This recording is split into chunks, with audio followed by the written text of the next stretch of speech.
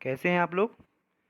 तो आपसे जो बात परसों हमने वीडियो में की थी कि सहायक संचालक सामाजिक न्याय संवर्ग जो एग्ज़ाम है उसके लिए हम लोगों ने 2 दिन पहले उसके सिलेबस पे डिस्कशन किया हुआ था। और ये प्रयास किया हुआ था हमने कि ऐसे जितने भी टॉपिक हैं जिसमें दिक्कत हो सकती है, नोट्स कम मिलते हैं, समस्या आती है, तो हम लोग उस टॉपिक में ही बनाएंगे। तो आज हमने प्रयास किया हुआ है जो इसका सिलेबस की 9वीं यूनिट है, उस 9वीं यूनिट में हम लोग देखेंगे कि इसमें एक सामाजिक विधान है।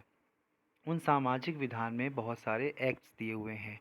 और सबसे अच्छी बात यह है कि सिलेबस में कि सभी एक्ट्स को स्पेसिफाई किया हुआ है, मतलब हम लोग को कौन कौन से एक्ट्स पढ़ने हैं और उन एक्ट्स के आधार पर ही हम लोग बाकी जितना अपना सिलेबस तय करेंगे, और उतना उससे ज़्यादा हम लोग को नहीं पढ़ना है। सिलेबस में चूँकि लिमिटेशन दी हुई है तो मोस्टली उस सिलेबस के अंदर से ही आएगा, तो हम लोग वो सभी एक्ट्स को अच्छे से तैयार कर लेना है। देखिए दोस्तों, आपको ये पता होगा कि हम लोगों को एक्सपर्ट नहीं बनना है। हम लोग कोई लॉ नहीं किया है, हम लोगों ने, हम लोग कोई एडवोकेट नहीं है। तो आप जितने भी एक्ट हैं उनकी सभी एक एक धाराओं को रटना, सभी जो शब्द हैं उनको याद करना बहुत अच्छे तरीके से, बिल्कुल ऐसा नहीं करना है।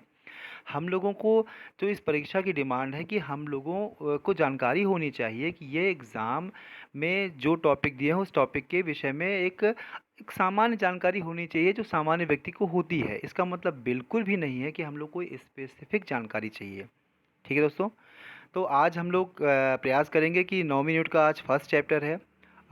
और फर्स्ट चैप्टर में हमने हिंदू विवाह अधिनियम को से स्टार्ट करना सोचा हुआ है, और प्रयास करेंगे ऐसे ही एक एक दो दिन में एक एक पूरे एक्ट लाएं, जिससे 1 हफ्ते 10 दिन में हम पूरे एक्ट्स को ख़त्म कर दें। तो 9वीं यूनिट अच्छे से आपको ख़त्म हो जाए, ध्यान से, जितना जो ज़रूरी है, जितना हमें लगता है कि एग्ज़ाम के पॉइंट ऑफ व्यू से इम्पोर्टेंट है वो सब है।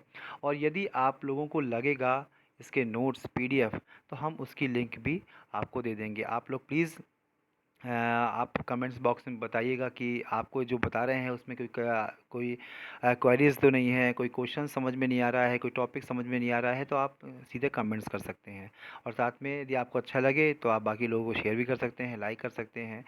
और आप सब्सक्राइब करेंगे तो अगले वीडियोज़ का आपका नोटिफिकेशन आपके हाथ में आ जाएगा। ठीक है दोस्तों, तो हम लोग स्टार्ट करते हैं बिना समय किसी प्रकार का गंवाए हुए। अब देखिए, हिंदू विवाह अधिनियम 1955। उसके पहले हम लोग का मेन टॉपिक जो सामाजिक विधान है, एक्चुअली सामाजिक विधान को पहले हम लोग समझ लें कि एक्चुअली ये सामाजिक विधान है क्या।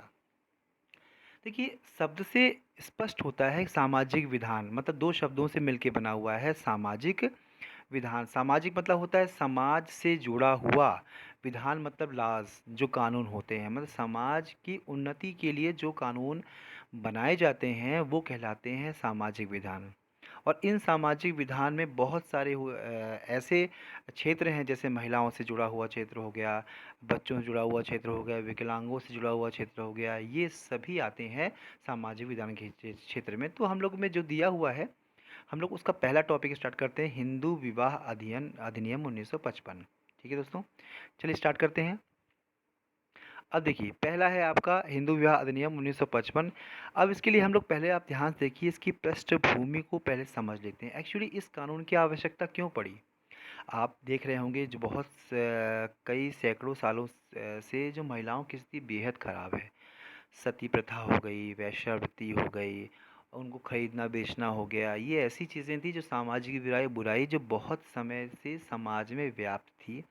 यदि हम वैदिक काल की बात करें तो वहाँ ठीक है, लेकिन उत्तर वैदिक काल से महिलाओं की स्थिति बेहद ख़राब होने लगी, और धीमे धीमे आधुनिक काल में आते आते काफ़ी ज़्यादा और ख़राब हो गई, और महिलाओं को केवल एक उपयोग का साधन समझने लगे लोग।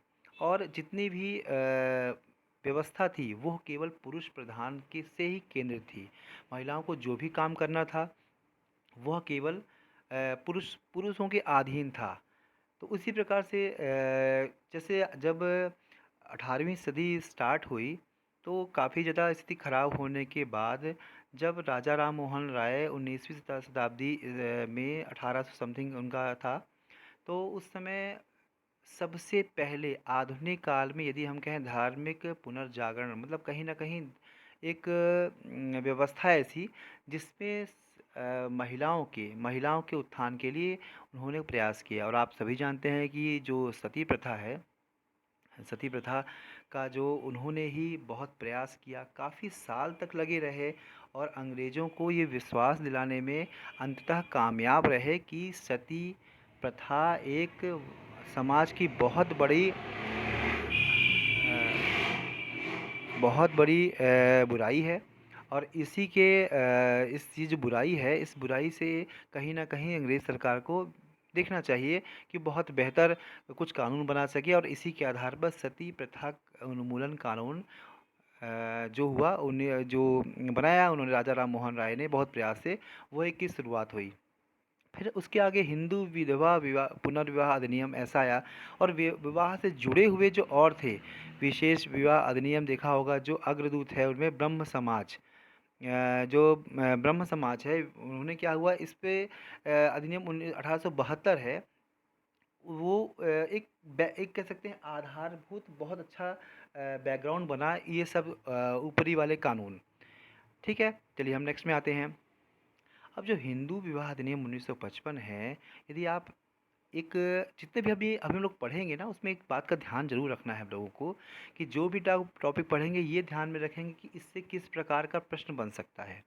जैसे एक प्रश्न तो हिंदू विवाह अधिनियम, उसने ईयर डाल दिया 1954, 55, 56, 57। अब आपको लिखना है कौन सा, तो आपको पता होना चाहिए 1955 है। सेकंड में ध्यान दीजिएगा आप, जो हिंदू विवाह अधिनियम 1955 है, इसमें हिंदू हिंदू से जुड़ा हुआ एक शब्द है, जिसमें हिंदू मानते किसको है, मतलब ये कानून किस किस पर लागू होगा, वो बहुत स्पष्ट दिया हुआ है। हिंदू, बौद्ध, जैन और सिख, ये चार जो हैं ये धर्म मानने वाले ही हिंदू विवाह अधिनियम 1955 की प्रक्रिया के तहत आएंगे। ठीक है, अब देखिए नेक्स्ट है हिंदू विवाह अधिनियम 1955 ने हिंदुओं में विवाह संबंधी कानून को सुव्यवस्थित करने तथा संशोधित करते हुए अधिनियमित किया गया। अधिनियम ने हिंदू विवाह कानून को सुधारा और ये समस्त भारतवर्ष पर लागू होता है। इस बात को ध्यान दीजिए, जो हिंदू विवाह अधिनियम है उसका उद्देश्य क्या था। जब भारत स्वतंत्र हुआ तो महिलाओं की स्थिति चूँकि बहुत अच्छी नहीं थी, और जब अच्छी नहीं थी तो स्पेशली विवाह संबंधी चीज़ें कि लड़कियों की शादी का उम्र निश्चित नहीं थी। यदि वो किसी से विवाह करते हैं तो उसके बहुत सारे कानूनी अड़चन आया करती थी, और उसके समाज में कुरीतियाँ बहुत ज़्यादा विद्यमान थीं कि 12 साल में कर रहे हैं, दहेज प्रथा चल रही है। मतलब बहुत आप समझिए कि आज की स्थिति हम लोग बहुत बेहतर हैं। उस समय की स्थिति की यदि कल्पना करें कि भारत स्वतंत्र हुआ था और बहुत सारे कानून बनाने की ज़रूरत थी, और चूँकि संविधान बना था, लेकिन उन कानूनों को एक पूरे देश में लागू करना, और लागू करना क्या, सभी को जानकारी देना, ये सब चीज़ें उसमें कल्पना करना ही बहुत बड़ी चीज़ है। तो विवाह संबंधी जितने भी कानून थे उनको एक जैसा बिल्कुल यूनिफ़ॉर्म कर देना, एक जैसा करना हिंदुओं के साथ, तो वो उसकी व्यवस्था के लिए हिंदू विवाह अधिनियम 1955 बनाया गया। और इसका काम क्या था, जो विवाह संबंधी जितने भी कानून थे उसको सुव्यवस्थित करने तथा संशोधित करते हुए यह अधिनियम, जो पहले भी कानून थे, शारदा एक्ट, जिसमें क्या था, महिलाओं की उम्र, लड़कियों की उम्र बहुत कम थी, 18 वर्ष से अभी हो गई है, पहले काफ़ी कम थी। तो जितने भी पहले नियम थे उनको क्या इसमें इसमें ला दिया गया, और नए नियम बना दिया गया, मतलब दोनों का सम्मिश्रण करके एक अधिनियम बनाया गया। वह था हिंदू विवाह अधिनियम 1955, जिसमें हिंदुओं के विवाह से संबंधित सभी कानूनों को इकट्ठा कर दिया गया।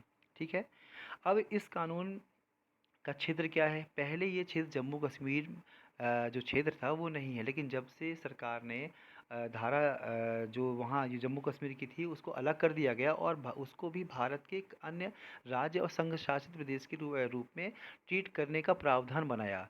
तब से सभी कानून जितने भी पूरे भारत में लागू होते हैं वहाँ भी लागू होने लगे, मतलब अब यह कानून हर जगह लागू होगा।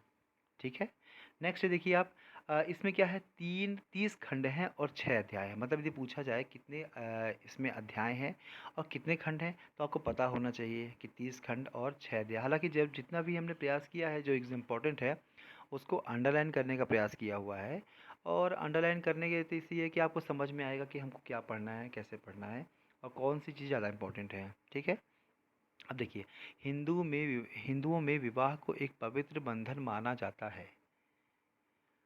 आप समझिए, जो हिंदू विवाह है, हिंदू विवाह और दूसरों विवाह में, दूसरे जो अन्य विवाह हैं उसमें सबसे बड़ा जो डिफरेंस है वो है, जो दूसरे विवाह होते हैं वो एक कॉन्ट्रैक्ट है, मतलब एक संविदा है। मतलब परिवार को बढ़ाने के लिए पति और पत्नी, लड़का लड़की आपस में एक कॉन्ट्रैक्ट करते हैं।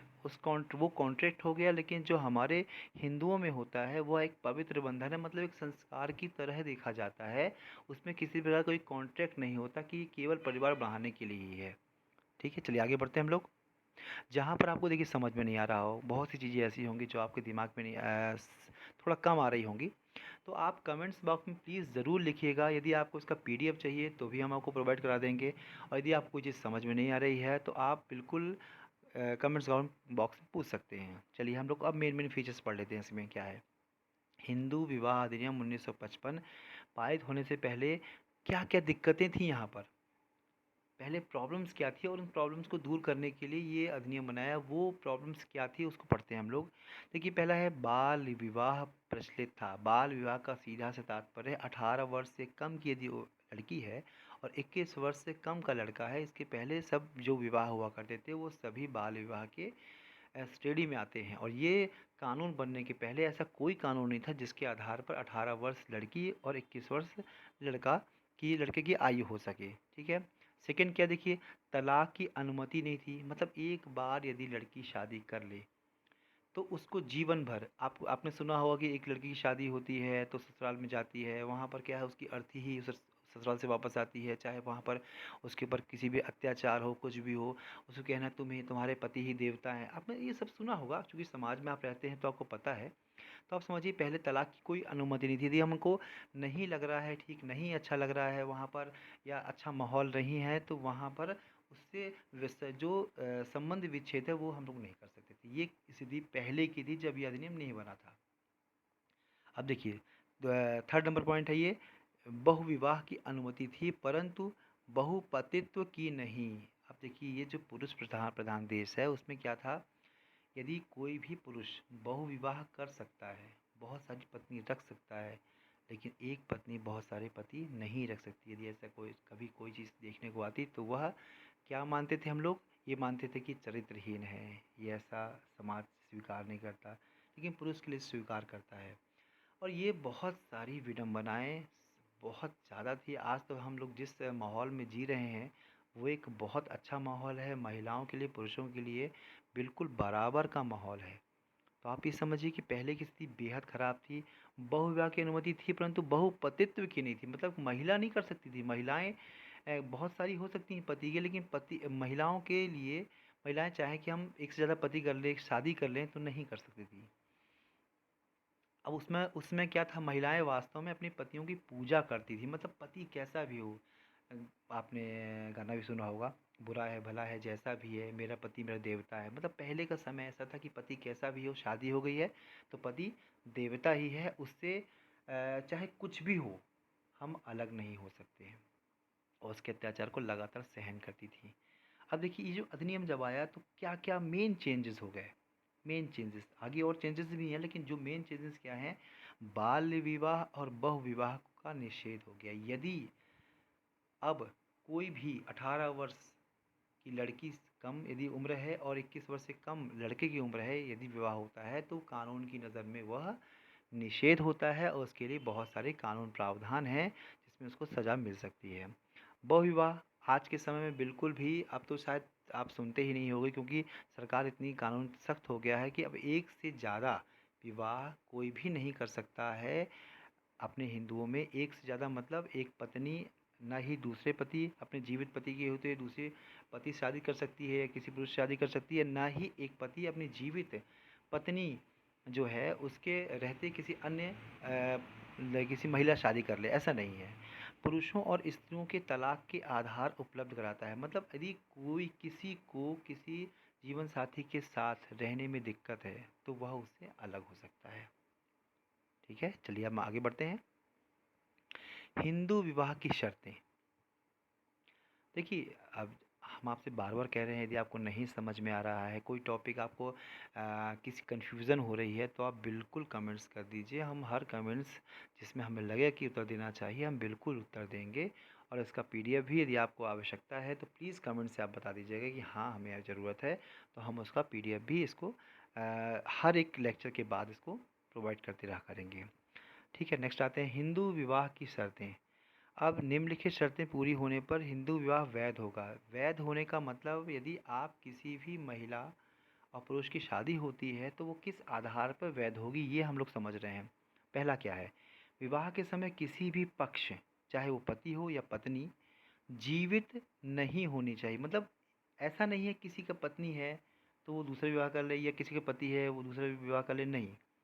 यह हिंदू विवाह की शर्त यह है कि जब तक उनका कोई पति या पत्नी जीवित है, वो विवाह वैध नहीं माना जाएगा। दूसरा पॉइंट है, दोनों पक्ष विवाह हेतु वैध सम्मति देने में सक्षम होने चाहिए। मतलब ये है कि पति को जो पुरुष है उसको पता होना चाहिए कि जो मेरी पत्नी है उससे शादी हो रही है, मैं उसको पूरे होश और हवास से सहमति दे रहा हूँ कि हाँ, मुझे शादी करनी है। और यदि कोई महिला है उसको शादी करनी है तो उसको पता होना चाहिए कि शादी किससे हो रही है, और ये शादी पूरी तरह से उसके कंसेंट से हो रही है, उसकी इच्छा से हो रही है। ये देने में सक्षम होना चाहिए, बिना ही मूर्छित हालत में हाँ करे, ना ही कुछ करे। मतलब पूरी तरह से आप एक होश में वो आपका आंसर देने में कैपेबल हो। तीसरा है, कोई भी पक्ष जो विवाह हेतु वैध सम्मति देने में सक्षम है, उस किस्म अथवा उस हद तक मानसिक विकार ग्रस्त नहीं होना चाहिए जिससे कि वह विवाह के लिए अयोग्य हो जाए। मतलब यदि किसी ने सहमति दे दी, मान चला कि वो दिमाग से अस्वस्थ है, पागल है, या उसके पागल होने या दिमाग से सही नहीं होने के कारण भी उसने ये सहमति दे रखी है, तो वो बाद में वह अयोग्य उस विवाह के लिए ठहराया जाएगा। नेक्स्ट है, कोई भी पक्ष बार बार मिर्गी पागलपन के दौरे से ग्रस्त नहीं होना चाहिए। आप समझ रहे हैं, कोई भी पक्ष, दोनों पक्ष की बात चल रही है यहाँ पर, किसी प्रकार का ना मिर्गी हो ना पागलपन हो, किसी प्रकार के दौरे से ग्रस्त नहीं होना चाहिए। इस आधार पर ही जो विवाह वैध कहलाएगा। और सबसे इम्पोर्टेंट बात देखिए, विवाह के समय दूल्हे की आयु 21 वर्ष और दुल्हन की आयु कम से कम 18 वर्ष होनी चाहिए। यदि इससे कम होगी तो यह तब भी यह विवाह क्या होगा, अवैध कहलाएगा। अब देखिए, इस कानून में ख़ास बात एक जो हमें लगी इम्पोर्टेंट, इसलिए हमने ये भी सामने रखी है कि महिलाओं के लिए कानूनी प्रावधान हिंदू कानून विवाह में पंजीकरण की शर्तें निर्धारित करता है, परंतु पंजीकरण को अनिवार्य नहीं बनाता। हालांकि विधिवत विवाह हो जाने के बाद दोनों पक्ष किसी भी समय पंजीकरण करवा सकते हैं। मतलब क्या है, आपने देखा होगा आसपास जो शादियां होती हैं, हिंदू विवाह होते हैं, उसके लिए ज़रूरी नहीं कि उस समय रजिस्ट्रार हाजिर हो, या शादी के तुरंत बाद कोर्ट में उपस्थित होना है, या उसका सर्टिफिकेट ज़रूरी नहीं।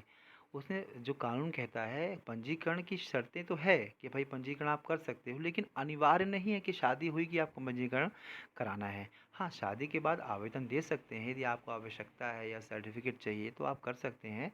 और दोनों पक्ष उस समय जाकर जो विवाह हो गया है वो उसके प्रूफ देकर वहाँ पर पंजीकरण करवा सकते हैं। मोस्टली देखिए, ये सब तब आते हैं जब आपको कहीं विदेश जाना होता है, तब हो तो पासपोर्ट बनने वगैरह में ये दिक्कतें होती हैं, तब लोग इसको पंजीकरण करवाते हैं।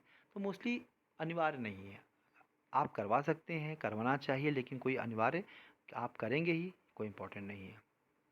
अब देखिए, यदि विवाह है, विवाह होता है, विवाह होने पे कोई भी बात ऐसी जिसमें क्या है, अमान्य अमान्य हो जाए विवाह, वो अमान्य होने की शर्तें हैं। जैसे अमान्य विवाह हुआ है जिसमें दोनों पक्षों के मध्य आपसी अधिकार और कर्तव्य उत्पन्न नहीं होते, इस प्रकार निम्न अविवाह का कानून की नज़रों में कोई अस्तित्व नहीं है। जैसे ये निम्न आधार यदि होंगे तो एक कानून जो विवाह होगा वो अमान्य होगा। कैसे, देखिए, विवाह की पहला पॉइंट है, विवाह के समय किसी भी पक्ष का पति पत्नी जीवित हो।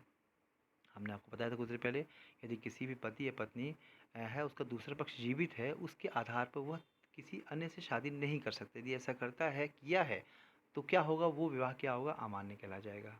जो जो सेकंड में होगा, पहले यदि जीवित है तो वही जो पहले वाला विवाह हो उसका मान्य कहलाएगा, बाद वाला विवाह मान्य नहीं होगा। देखिए, जितने भी ये कानून हैं, ये एक सामान्य व्यक्ति को भी पता होना चाहिए, ना कि किसी एक एडवोकेट, किसी अच्छे वकील या कानून के जानकार को नहीं। जितनी भी बातें बताई जा रही हैं, हम इसलिए बोल रहे हैं, ये जो एक्ट है उस एक्ट की आपको बिल्कुल धाराएं एक एक रटनी नहीं है। आपको केवल उस विषय में जानकारी होनी चाहिए, सामान्य जानकारी, जिससे आप उस विषय को एक अच्छी तरह से व्यक्तिगत लाइफ में भी या किसी की हेल्प करनी हो एक सामाजिक कार्यकर्ता के रूप में, तो आप कर सकते हैं। ठीक है। सेकंड पॉइंट देखिए, दोनों पक्षों के मध्य विवाह संबंध निषिद्ध अवस्था में है।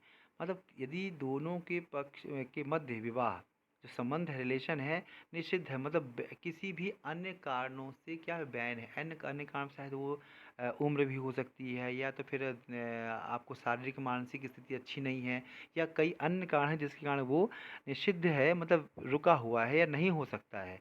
यदि ऐसी स्थिति में हो भी जाता है तो वो क्या कहलाता है, अमान्य कहलाता है। ठीक है। अमान्यकरण विवाह वे हैं, देखिए आगे लिखा है, जो दुखी पक्ष की राय में अमान्य है। इस प्रकार के विवाह विवाह अकृत करने की डिग्री से, डिग्री मतलब होता है जो आपका रजिस्ट्रेशन या फिर रजिस्ट्रीकरण या जो भी होता है उसे डिग्री कहते हैं, से रद्द किया जा सकता है। हिंदू विवाह में को एक संस्कार माना जाता है। मैंने आप पहले बताया था कि ये अदर जो मैरिजेस होती हैं वो क्या है, वो एक कॉन्ट्रैक्ट मैरिज है, लेकिन ये क्या है, एक संस्कार है, इसलिए इसे तोड़ा नहीं जा सकता और जो कि विघटित करना असंभव है। ठीक है। अब नेक्स्ट करते हैं। अब यदि अन्य को कारण है, कुछ दो कारण तो ये हो गए, अब अन्य कारण देखिए क्या है जिसके कारण यह विवाह अमान्य हो सकता है। क्या क्या है, पहला, एक पक्ष के नपुंसक होने पर, मतलब यदि वो विवाह के बाद की जो स्थितियां हैं, जो जवाबदारी है, यदि पूरा नहीं करता है, शारीरिक रूप से यदि नपुंसक है, तो वह कोई भी पक्ष, तो ये आधार पर वह विवाह अमान्य हो सकता है। दूसरा क्या है, मानसिक विक्षिप्तता तथा मानसिक विकास जिससे एक पक्ष विवाह की सम्मति देने में अक्षम हो। यदि एक व्यक्ति किसी प्रकार से मानसिक रूप से या शारीरिक रूप से असक्षम है और वह किसी को सहमति नहीं दे पा रहा है, या किसी दूसरे दबाव में या किसी अन्य कारण सहमति उसमें दे दी गई, तो वो उस स्थिति में भी विवाह अमान्य होगा। बल अथवा धोखे द्वारा, आपने टीवी में देखा होगा, पिक्चर में देखा होगा, जो आपने देखा रिवॉल्वर है उसके गन रख दिया सर पे और हाँ करवा लिया, इस स्थिति पर भी एक हिंदू विवाह अमान्य अमान्य माना जाता है। नेक्स्ट है, विवाह के समय उसके पति द्वारा ना होकर किसी अन्य पुरुष द्वारा महिला का गर्भवती होना। मतलब यदि जो विवाह हो रहा है उस विवाह में यदि महिला गर्भवती है और उस पुरुष के द्वारा गर्भवती नहीं है, किसी अन्य पुरुष के द्वारा गर्भवती है, तो भी यह एक आधार बन सकता है। देखिए जितने भी हम अपन लोग पढ़ रहे हैं ना, हर बात को आप एक बहुत ध्यान से समझिए कि क्वेश्चन में आ सकता है कि निम्न आधार हैं एक हिंदू विवाह के अमान्य होने के। अब आपने जब यदि पढ़ रखे होंगे तो भी आप कर सकते हैं, नहीं पढ़ रखे होंगे तो आपको बिल्कुल दिमाग में नहीं आएगा। तो जितने भी पॉइंट्स एक बार आप पढ़ लेंगे तो दिमाग में आप आराम से दे सकते हैं। और बहुत सारे आधार होते हैं अमान्य होने के और तलाक देने के भी। ठीक है।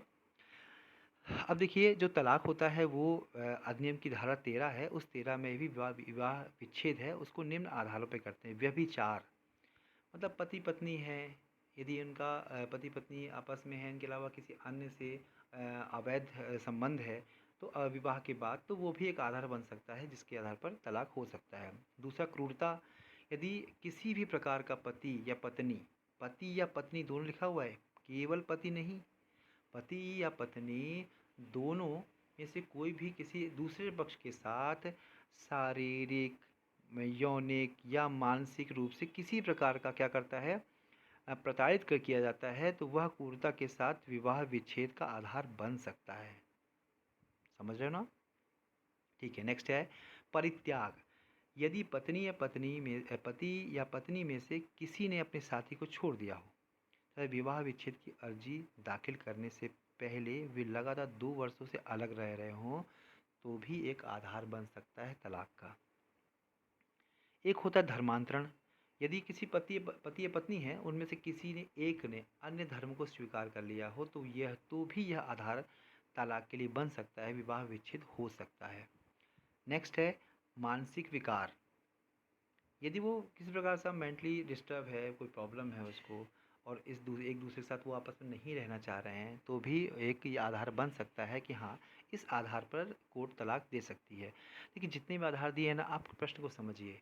मान लीजिए प्रश्न में आता है कि निम्न में से कौन-कौन से आधार हैं जिसके आधार पर ये तलाक दिया जा सकता है हिंदू विवाह अधिनियम 1955 के द्वारा।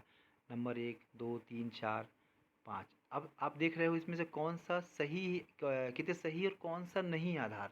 जब आपको पूरे आधार पता होंगे तभी शायद आप उसको सही क्वेश्चन का आंसर लगाने में सक्षम होंगे।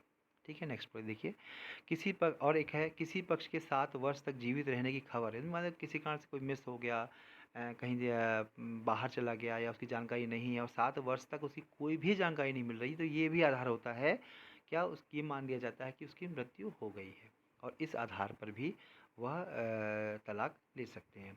बहुविवाह, पति द्वारा बलात्कार, अप्राकृतिक तथा पशुगमन के कृत्य हिंदू पत्नी को हिंदू पत्नी को अलग से विशेष आधार पर के रूप में उपलब्ध है। देखो ये बहुविवाह, यदि पति क्या करता है, बहुविवाह करता है, पति द्वारा जबरदस्ती शारीरिक संबंध जबरदस्ती से बनाते हैं, अप्राकृतिक पशुगमन कृत्य हिंदू, क्या हो, ये सब आधार महिलाओं को विशेष दिए गए हैं। यदि इस आधार पर जाएं तो पत्नी एक याचिका दायर कर सकती हैं और ले सकती हैं। अब देखिए एक खासकर और चीज़ है, आपसी सहमति, धारा 13 बी के अंतर्गत आपसी सहमति के आधार पर भी तलाक को आधार माना गया है। यदि हमारा मन नहीं मिलता किसी से, ठीक है, मैरिज हो गई है, तो हम आपसी सहमति से भी एक अर्जी दाखिल कर सकते हैं और जिसमें सहमत हो तो आराम से तलाक मिल जाएगा।